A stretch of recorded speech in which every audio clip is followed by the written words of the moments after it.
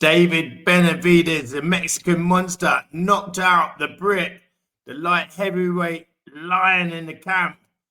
Anthony Yarde, the Mexican monster, absolutely sauteed my brother, cooked him through thoroughly with no red left on the bone, turned that brother into a beef burrito with a sublime performance and ended up serving him up like he was just eat. It was really, really a superb, sublime performance from the Mexican monster. They need to start calling that brother the Mexican massacre, because that's what it was. That's what it was in Riyadh. It was a massacre, you know. Benavidez beat that brother like he'd sold him half a kilo of baking soda.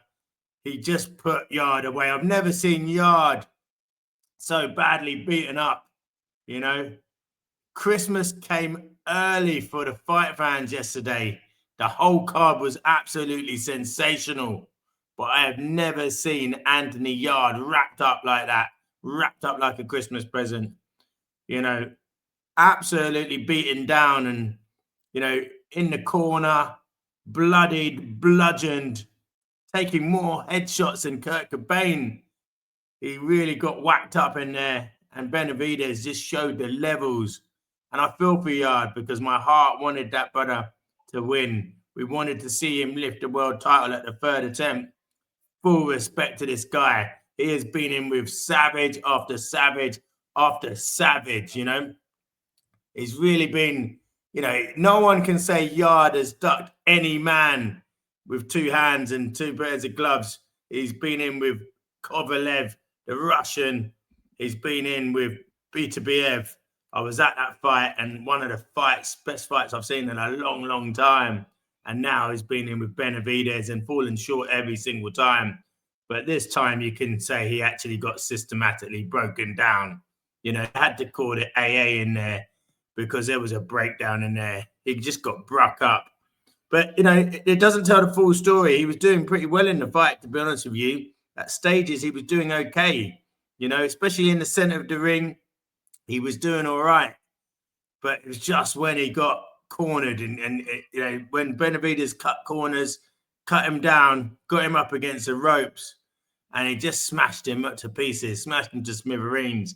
Benavidez was enjoying it as well. He was waving my brother in, like, you know, coming, waving his glove, like, say, let's have it, let's have it. You know what I mean? Benavidez just had all the answers, man. He was like Google. Do you know what I mean? He had all of the answers.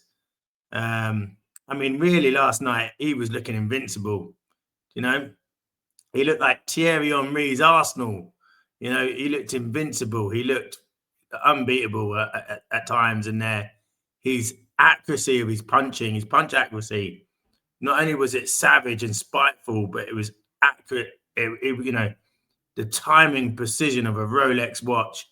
Benavidez was just picking my man apart willy-nilly, piecing him up like a Kit Kat at times in there.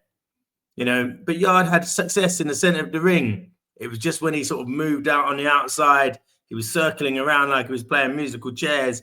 And then when Benavidez cut the ring off, that's when he just got him in against the ropes and he just battered him up against the ropes, you know, up in close quarters. For someone with such long, rangy arms, Benavidez has got unbelievable hand speed. And when he puts those combinations together and the shot selection together, oh my days, like it's beautiful to watch.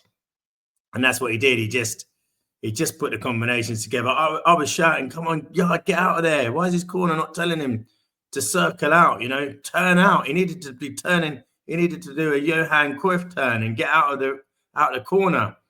But often we've seen Yarde use his Philly shell, and he tries to roll with the shots and use his shell rather than pivot out of situations. But he was just getting picked off, you know, and yeah, he was just getting destroyed up against the ropes. He just couldn't get out of there, couldn't turn out.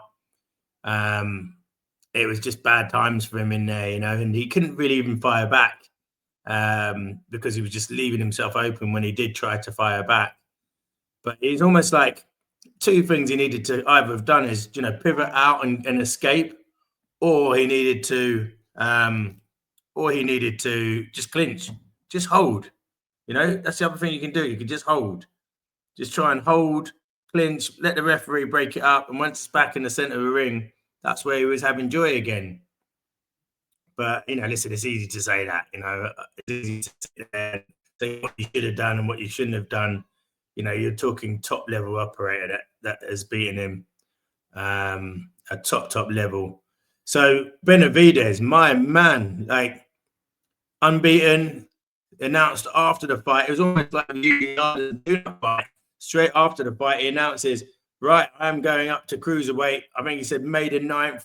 You know, Gordo, Ramirez, you know what I mean? May the 9th.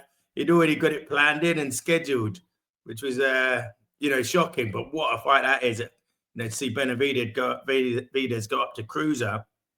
And then you've got Jai Opetaia up there as well.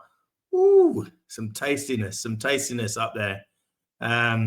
But yeah, even Ramirez that's a brilliant fight for the purists.